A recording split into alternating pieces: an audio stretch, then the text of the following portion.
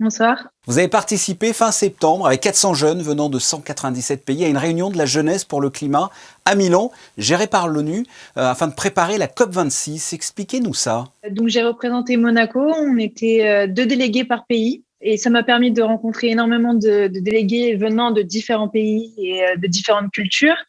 Donc c'était très très enrichissant et ça m'a permis aussi de rencontrer plusieurs personnalités du monde diplomatique et politique.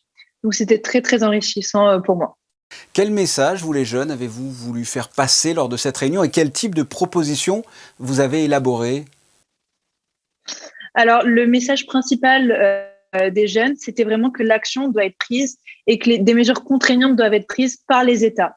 Parce que au niveau, en matière environnementale, les mesures sont souvent n'ont pas vraiment de valeur juridique. Enfin, ils ont une valeur juridique, mais ne sont pas contraignants. Donc, c'est vraiment le véritable problème au niveau international en matière environnementale. Donc, parmi les propositions qu'on a faites dans mon groupe, il y avait développer la transparence environnementale et la responsabilité des acteurs non étatiques en exigeant des communications fortes et annuelles, ou encore exiger de la part du secteur privé d'aligner leurs opérations actuelles et futures avec sur le principe de zéro émission.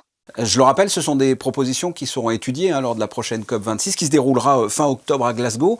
Selon vous, ces institutions, ces réunions, ces discours, est-ce que ça peut faire vraiment avancer concrètement les choses ou honnêtement ça sert à rien? J'espère que cette fois-ci, ça va faire avancer les choses, mais en général, comme les documents, les accords qui sont pris ne sont pas contraignants, ça n'a pas vraiment d'action, enfin d'impact sur le monde international, dans le droit. Et là, concrètement, qu'est-ce qui peut être contraignant dans ce que vous avez proposé? Nous, on a exigé notamment qu'il n'y ait plus de pétrole, de gaz, etc. en 2030. Mais je pense que certains pays ne vont pas encore accepter, mais d'autres mesures qui sont moins contraignantes pour certains États peuvent être acceptées, comme celle que je viens d'évoquer.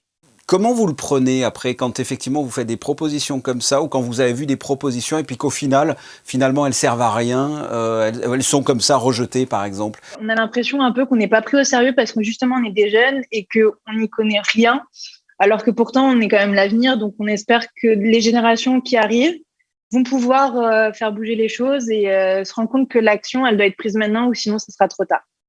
Et comment prenez-vous ce rôle? Le rôle que vous avez eu à Milan, c'est une mission, c'est un sacerdoce, parce que vos études tournent autour de l'environnement. Moi, je fais du droit de l'environnement. Ça m'a vraiment permis d'appliquer ce que j'ai appris, qui est quand même assez théorique à la faculté. Donc là, je me suis rendu compte que ce que j'apprenais allait me servir plus tard.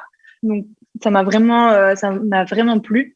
Quel est votre point de vue concernant Greta Thunberg? Beaucoup la soutiennent, beaucoup la supportent pas. Alors moi, ce que j'ai bien aimé avec Greta Thunberg, c'est qu'elle est jeune, donc elle porte vraiment notre voix et grâce à elle, notre message se fait entendre parce qu'elle est invitée dans énormément de sommets internationaux, etc.